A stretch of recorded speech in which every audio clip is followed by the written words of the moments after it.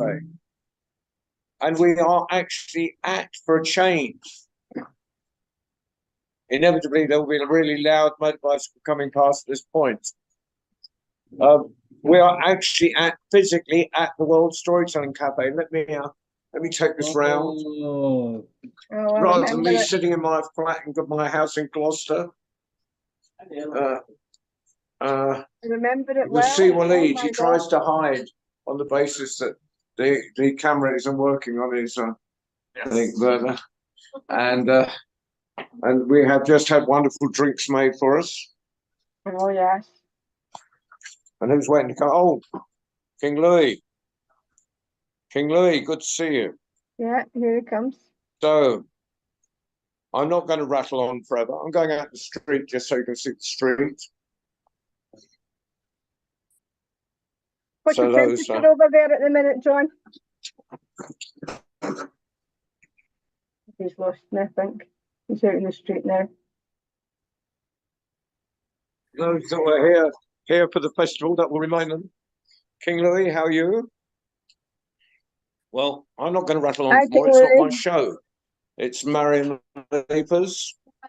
So, Marion, would you care to regale us from stories?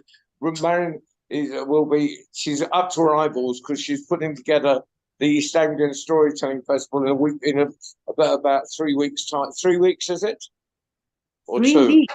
Yes, 3 weeks. 3 weeks time. Yeah, 3 I weeks mentioned today. this. Yeah. Yeah, Manuela is coming in. So, have you got a story or two for us? I might do. I might have a story. Well, put our hands together and welcome Marion Leeper. Well, I was just sitting down to tell you a story, and I found this. A little egg with a little something poking out. Quite a big egg, isn't it? The lovely thing about eggs is that you have no idea what could be inside them. There's quite a lot of creatures that lay eggs and quite a lot of little things, but oh, I can hear a tap or so. Something's cracking. Something's coming out. Oh, What could it be? See a pair of ears.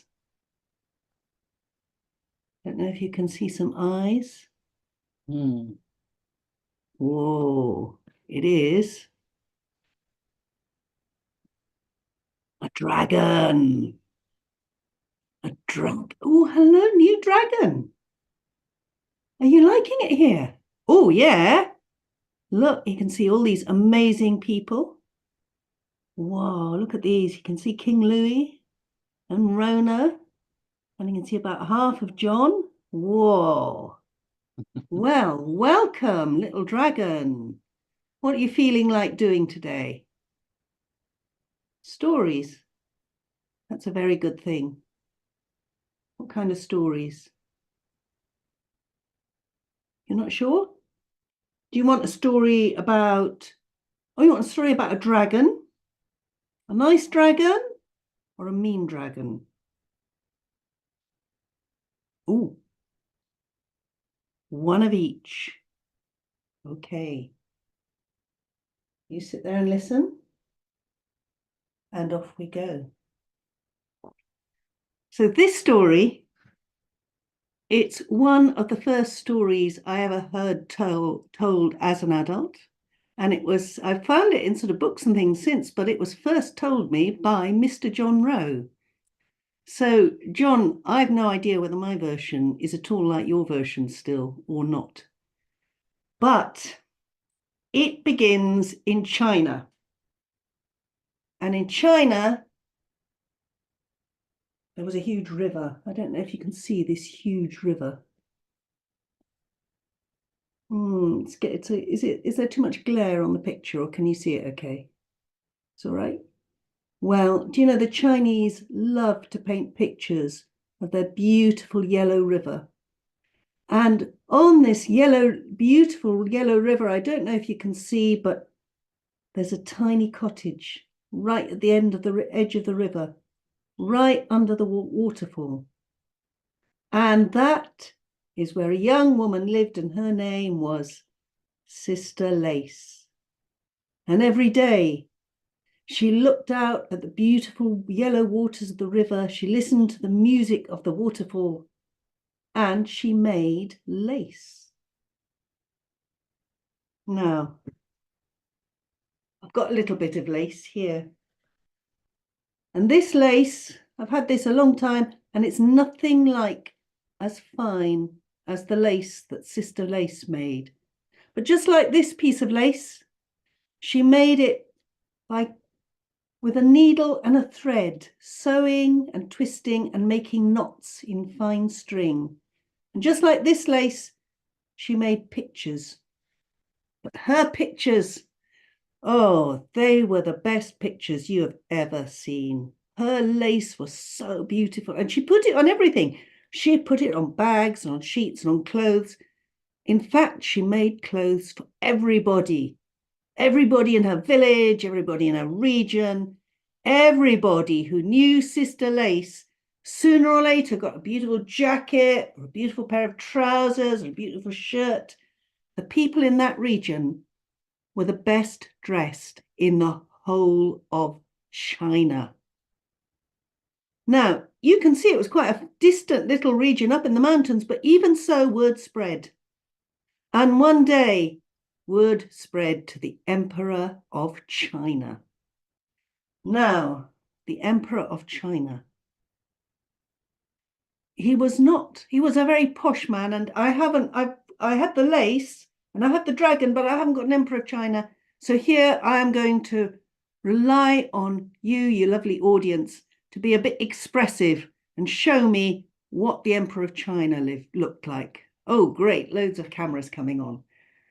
Show me just how tall and proud he stood, and show me just how posh he looked. So I think he has his nose in the air, and he was very bad-tempered. There was always something wrong. So I'd like you to show me the face of the Emperor of China, showing me that something is wrong in his world. Let's have a look. Oh, wow, there are some amazing emperors of China. All of you have got the job. And when he was cross, he shook his finger like this. And one day, someone came to his court wearing a beautiful jacket.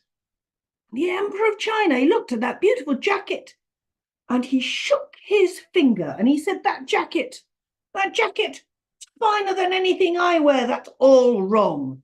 Nobody should wear clothes that are finer than the Emperor of China's. Where did you get it from anyway? And the poor man, he said, well, it's just what everyone in my region wears. Sister Lace makes them for us. She makes clothes for everybody. Sister Lace makes clothes for everybody? That is not right. Sister Lace should make clothes only for me. And then he called all his soldiers, whole troop of horsemen, all on their horses. None of them bolted and ran away.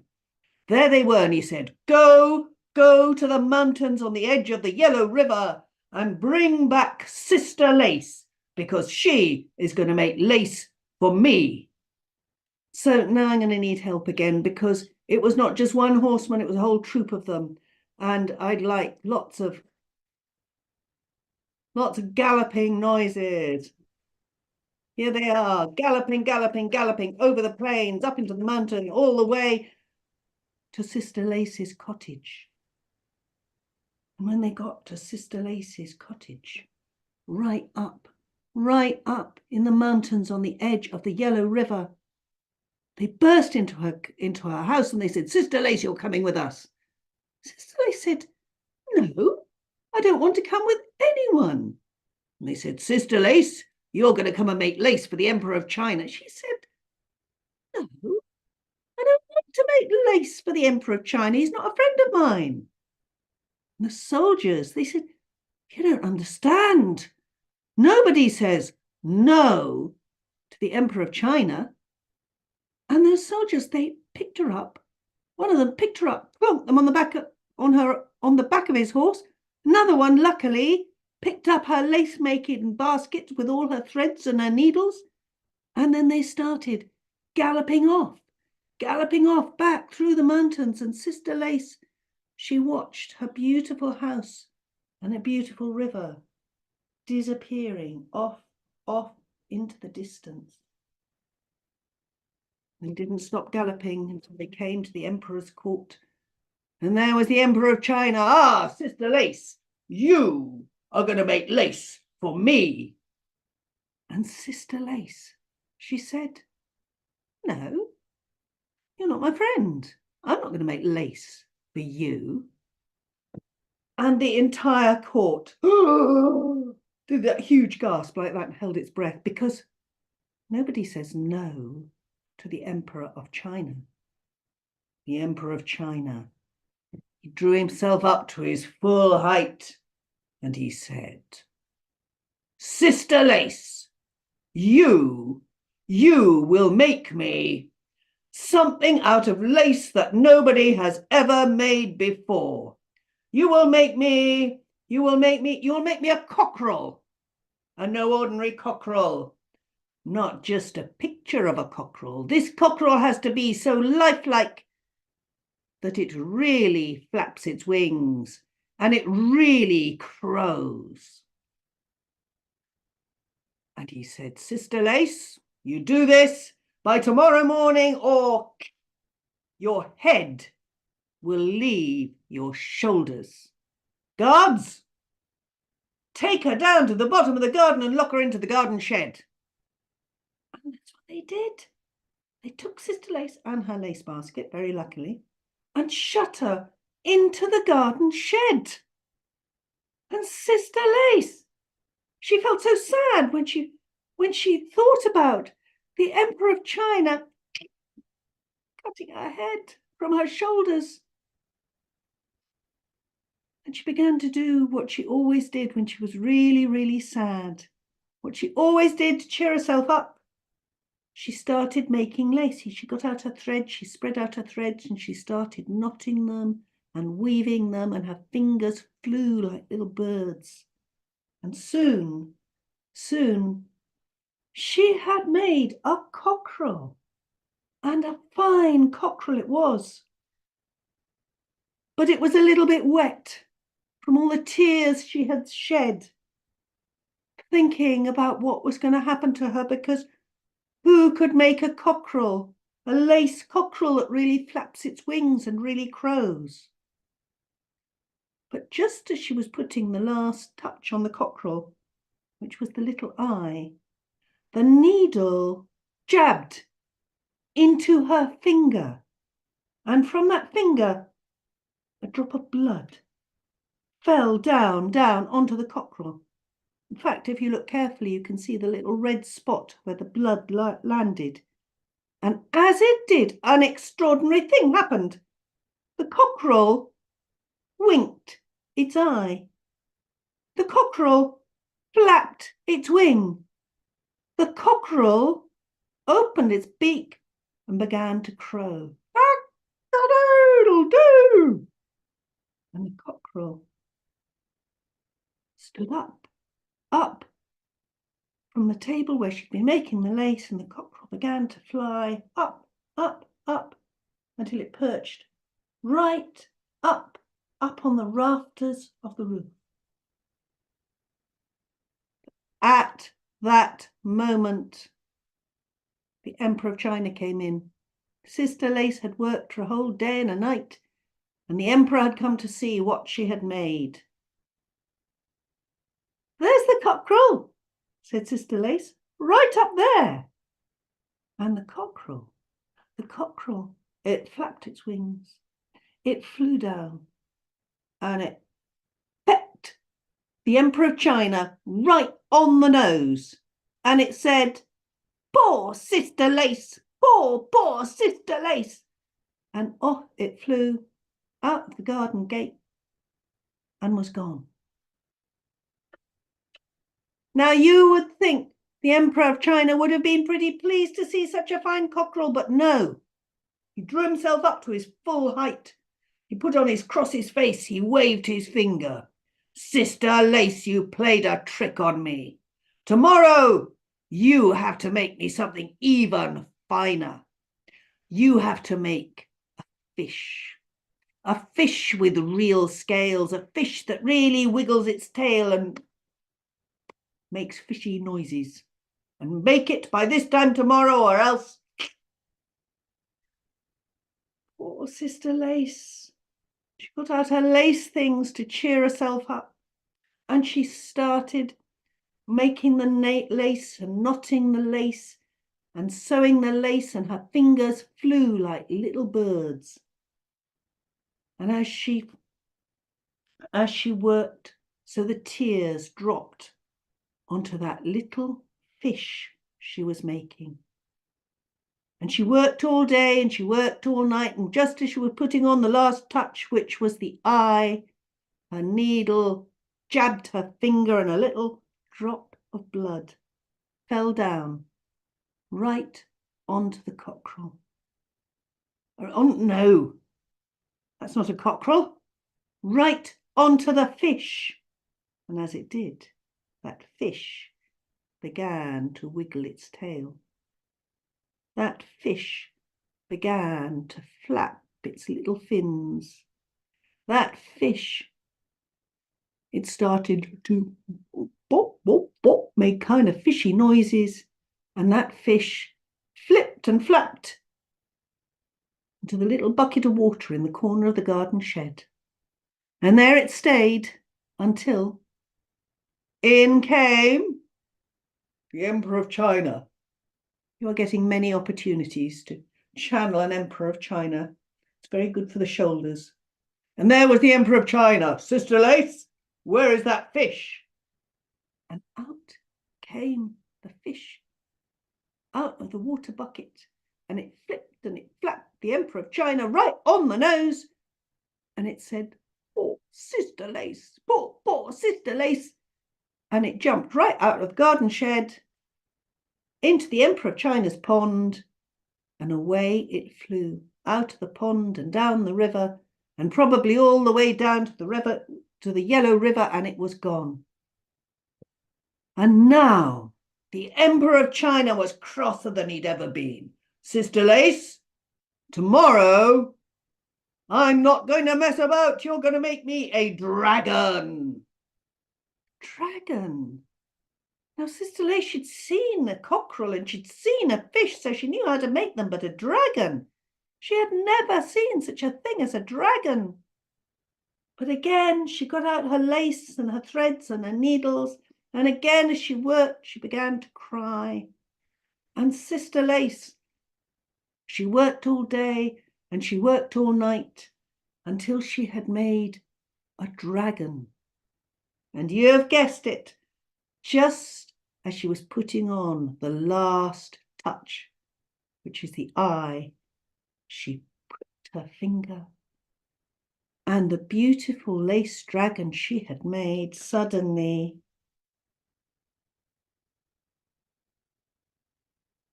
came alive.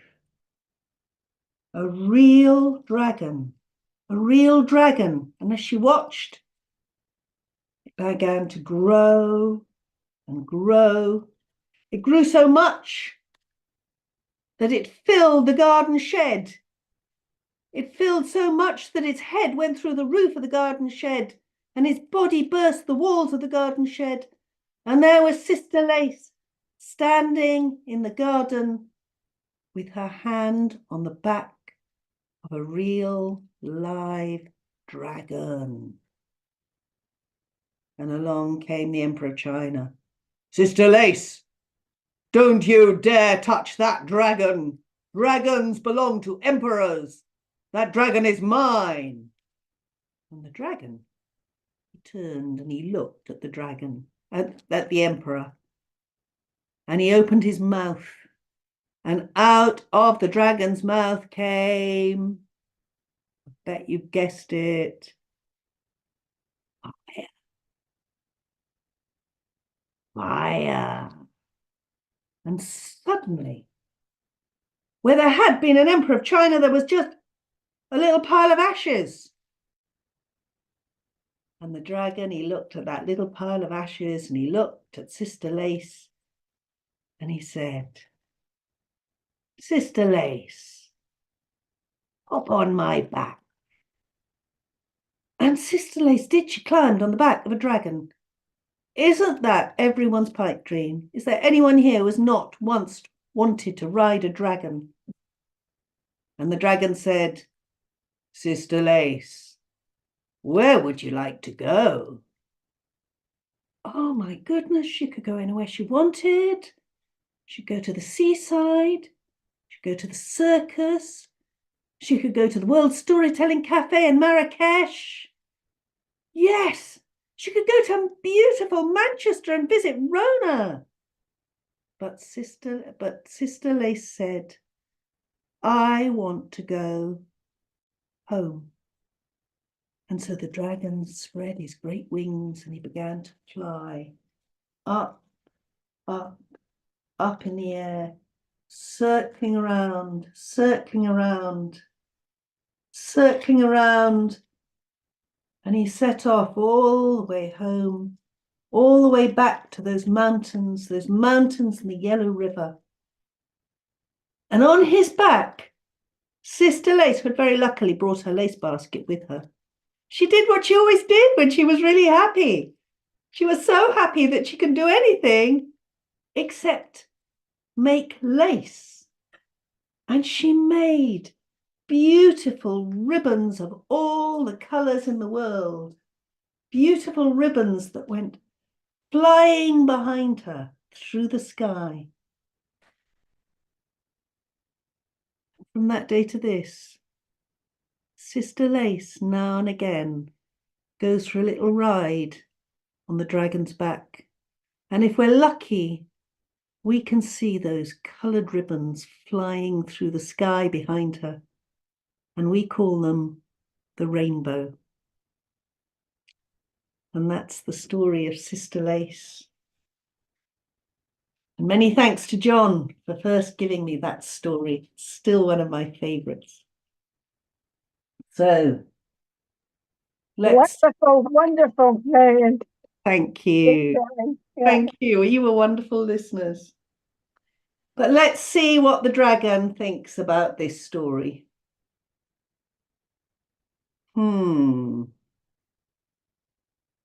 Well. Oh. He liked the story, but the dragon was too nice. The dragon, he did burn an emperor to bits. Yeah, but he was too nice to Sister Lace. He wants a really horrible dragon. Really? You sure? You won't be scared? Okay. Really horrible dragon coming up. So this story, you might want to make your own dragon for this story. This one, I ordered it off the internet because I wanted it to look proper. But it's just a bit of zigzag of a paper with a dragon's head and a dragon's tail stuck on each end and some lolly sticks. So it'd be very easy to make the story. But in fact, you don't even need that to make your own dragon to go with a story. You can do it with your hand. And I don't recommend you do this with indelible ink, but this is how I make a dragon on my hand. I do a zigzag there and a zigzag there. And I do an eye there. And there you have a lovely dragon that can fly and look around and snap. Okay, so are you ready? Nasty dragon story. And it's a very old one. This one comes from Mesopotamia. And I think someone told me that it was one of the earliest stories that were ever written down. And they say that at the beginning of time, there were two great lords that ruled the whole world. And one of them, his name was Lord Taru, and he ruled all the earth, all the beautiful green earth, and all the water. And Lord Taru, he lived in a palace between the water, the blue water and the green earth. And the other one, he was in charge of everything that was air and everything that was fire. And he was a dragon. And his name was Ilyanka. Do you want to see Ilyanka? Here he is. Hang on. Is that his front or is that his back? Here we go. Lord Ilyanka. And Ilyanka, he lived at the top of a great mountain, Smoke Mountain. And he did not live on his own. He lived with all his babies. This is why it's so useful if you have a dragon. Make your hands into the baby dragons. And the baby dragons, they were wanting to grow into great, terrible dragons like their father, so they copied his every move. When he flew up in the air, so did they. When he swooped down to the ground, so did they. When he turned this way and that way, so did they. But one time, Taru and Ilyanka, they had an argument. They had an argument and they started to fight, and the fight was so fierce, it went on across the whole world. They fought in the air and the fire, they fought on the earth and the water, and the earth was scorched black by Ilyanka's fire. And they fought so fiercely, Taru, he fought in his great chariot pulled by swans, and he had a bow of steaming watery arrows that he would launch at Ilyanka. But Ilyanka, he opened his mouth in reply, and he breathed fire all over Taru, and Taru was hurt so badly he could fight no longer. He went flying home to his palace. And there in the palace, he didn't live alone. He lived with his daughter, Irina. And he said, Irina, what shall I do? I'm hurt so badly, I cannot fight. And Irina, she helped her father inside. She put him to bed and she put ointment on his wounds and she said, Father, leave it to me. I will defeat Ilyanka. And so off she went. Now, I wonder what you're thinking. You might be thinking that she went to the armory and that she armed herself with spears and swords and bows and arrows. She went to the kitchen and she armed herself with a little sharp kitchen knife and a big wooden spoon. And Irina, she started to cook, and she cooked all the most delicious foods in the world. And as there are not many of us, just unmute yourselves and call out all the delicious foods that are going to be in this story.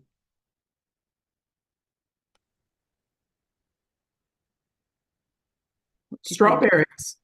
Strawberries, yes. I think she didn't just, she had big bowls of strawberries, maybe strawberry cake as well. Spaghetti bolognese, please. She made loads of spaghetti bolognese. Fish and chips. And fish and chips. Really crispy and buttery. With those chips that aren't too thin and aren't too fat, but are just the right thickness. Raspberries. Say that again? Raspberries. Oh, raspberry. You can't have strawberries without raspberries. You're actually absolutely right. And she made raspberries, and she made chocolate pudding with raspberry sauce, and she made raspberry pavlova. there were a lot of raspberries on the table, and soon the whole of the great table in Taru's dining hall was covered with the most delicious food. And all the time she was cooking, the smell went up out of the kitchen and rose up in the air. And when it was all ready, Arana, she left the palace and she went up Smoke Mountain to the great cave at the top. And there, in the great cave at the top, she poked her head in through the door. And there, fast asleep on the floor of the cave, was the great dragon, Ilyanka. But Ilyanka was not alone. He was with his 100 baby dragons. And 100 baby dragons, they were asleep in the cave. And Ilyanka, he was snoring. Shh, shh. And the baby dragons were snoring. Shh, shh. And Irena called quite loudly, and they all woke up like this. Oh! She called out, great dragon, Ilyanka. My father Taru bids you to a great feast. My father Taru would like peace in place of fighting. Will you come and feast with us? And Ilyanka looked at Irena, and he didn't like the sound of that, and he was beginning to shake his great head. And all the 100 baby dragons, they were shaking their heads as well. Then he smelt fish and chips, spaghetti bolognese, cake, strawberries, raspberries, and he nodded his great head. I will come. And all the baby dragons, they nodded their heads as well. And then Ilyanka, he waddled out of the cave, and he spread his wings and he flew up in the air, and so did all the baby dragons. And they flew up and down. I think they flew in circles around as well. And they flew all the way to the great palace by the sea. And there on the steps of the palace, there was Irena. Come in, great dragon. And Ilyanka, he did not say, thank you, Irena. He did not say, I'm looking forward to this dinner. He didn't say any of the polite things you say when you arrive to dinner. He just pushed his way in. And all the 100 baby dragons, they pushed their way in after him. And the baby dragons, they didn't wait for Irena to ask them to be sitting down. They climbed onto all the chairs around the great table, and Ilyanka, he sat in Taru's own great chair that nobody else is allowed to sit on, like his royal throne. And do you think they waited for Irena to invite them to begin? No. And do you think they tidily used the knives and forks and spoons she had laid out for them? No, they grabbed the food and they crammed it into their mouths. And do you think they ate with their mouths open or their mouths shut? Mouths open, like all the best dragons do. And they ate and they ate and they ate until they were full. And even when they were full, they went on eating. They ate until every scrap of food was gone from the table. There was still some on the walls and the ceilings on the floor, but every scrap on every plate was empty. And I wonder if you think they stopped to say thank you. They just went and waddled out of the great hall. And they did not fly back to the top of Smoke Mountain because they were too heavy. They just waddled all the way back. And when they got to the top of the mountain, Ilyanka, he put his great head in through the mouth of the cave. He put his great shoulders in through the mouth of the cave. But when it came to his belly, he got stuck. couldn't go forward. It couldn't go back. And at that moment, Lord Taro had been hiding behind a great rock. He leapt out with his bow and his arrow, and he pulled that bow and he fired steaming arrows into Ilyanka.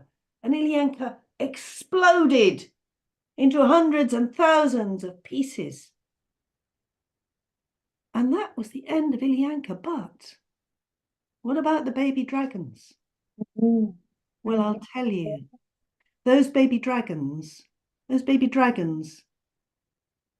they saw what had happened to their father, they went running away. But when they ran, every time their foot touched the ground, something grew out of it. One baby dragon, where he touched the ground, a blade of grass grew. Where another's foot touched the ground, a little rose bush poked its way through. And they ran all over the world, and as far as I know, they're running still. The next time you go out of your house, whether you're in Manchester or whether you're in Marrakesh, look round, because maybe you'll find a baby dragon of your own. I wonder what might grow where your baby dragon's foot touches the ground. Wonderful. I don't know. Thank you. And that's the story of Taro and Ilyanka. I hope that dragon was mean enough for you. What about the baby dragon? Was it mean enough for you? He didn't say please and thank you. He didn't eat with his mouth shut. He was a pretty mean dragon. Yeah, got away with it. So, well, those are my two stories. Thank you for listening. I wonder if you want to talk dragon stories for a bit, or whether you want a tiny story to finish with. I think we'd like a tiny story to finish with, Mary. Okay. Well, I was thinking, as we have the World Storytelling Cafe there, can I tell a Moroccan story? Oh. Doesn't have a dragon in it, but it has two little animals in. And it begins with a kitten. I don't know if Daniel and John, Alistair and John, you've been in the Medina and in among all the stalls, because what I remember were all the baby kittens, and they were tiny, and they were really skinny, and they were really fierce, and they were really quick. So if you drop the tiniest bit of food on the stall, these kittens came and got it and gone running off. And there was once a little baby kitten like that, a tiny baby kitten. It was the first time he ventured out from the little nest of kittens where he was born. And he went out, creeping about under the legs of the stalls in the Medina, and he was looking for someone to play with. And he hadn't gone far when he found a little scrap of a creature, and it was almost his size. And that little scrap of a creature was a bit fluffy like him, and it had round pink ears, and it had a little round pink tail. And it was all, you know what children look like when they're ready to play, how their eyes are all bright. It looked like that, just like him. And those two little creatures, they played together. They played and played and played until they were exhausted, and they ran about and they jumped and they dived and they rolled and they tumbled until they were both exhausted. And you know how little children, when they get tired all at once. And at the same time, both of them just needed to go home to their mummy. So off they went, and the little kitten couldn't wait to tell his mum about his friend that he'd made and that he'd played with, his little friend who had pink ears and a long pink tail. And his mum said, What? What? Pink ears?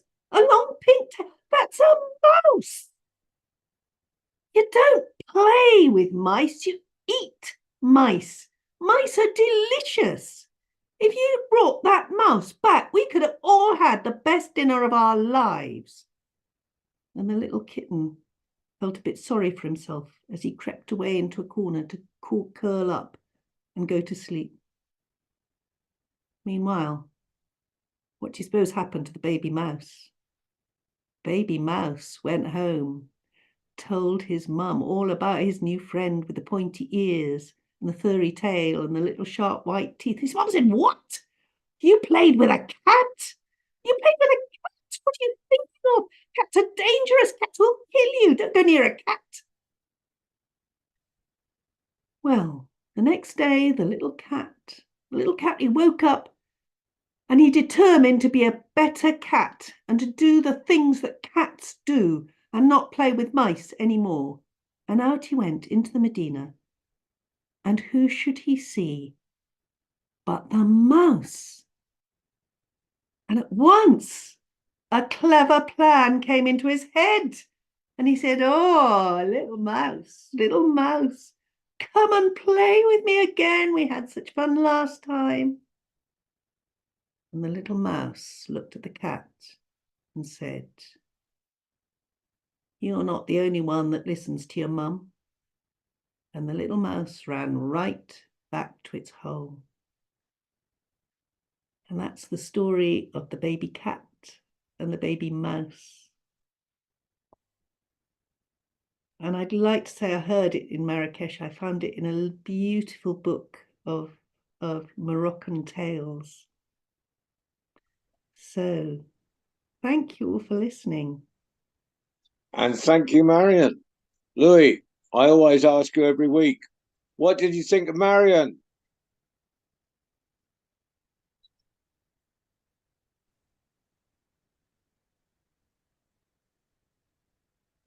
Hello, John. Hello. Was Hello. she wonderful? Yes. Did you enjoy tonight? I love her dragon stories. Thank you. Aren't they fantastic? Did you like the nice dragon or the mean dragon better? Both. Oh. Good answer. Yes. Join the diplomatic corps. Yeah. Right. So, what have we got coming up? Wednesday, you are all invited to join in at 7:30, I think it comes on. Maybe 7 o'clock. Look at the schedule. Justin Demir will be hosting her Tales and Tunes. So come tell a story, a poem, sing a song, play an instrument, do whatever you like. And that's Thursday. Now, because I'm looking at the screen and I didn't look at what was on next Friday in advance.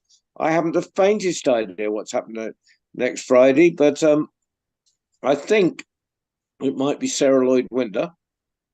Whoever it is, they will be marvelous.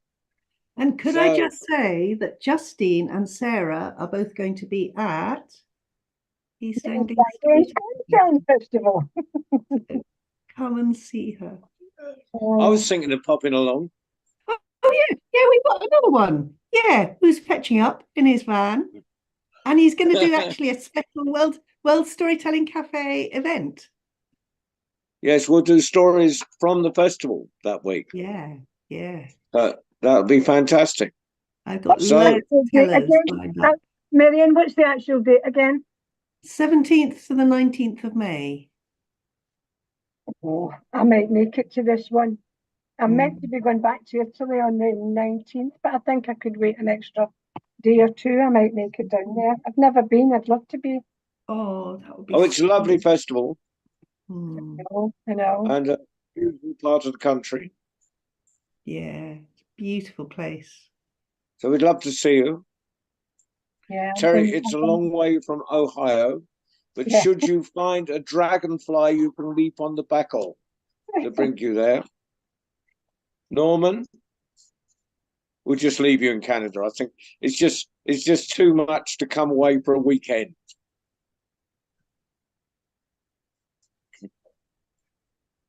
And jets, I could do it. It'd be crazy though. The ice floes have all melted, so I can't float over. Oh. Yeah, but you could come in a kayak. That's true. Try transatlantic kayak. Well, anyway, bless you all. Have yourselves a wonderful week. Hopefully see you on Wednesday. If not, we'll see you back again on Friday. But by now, from Marrakesh and the World Storytelling Cafe, and Alistair, and Waleed downstairs. Goodbye. Bye. Bye. Goodbye. Louis, see you next time. Bye, Marion. It was great to see Bye, you. Louis. Bye. Bye. Thank you all so much. Great listeners. Okay. Oh, thanks, John.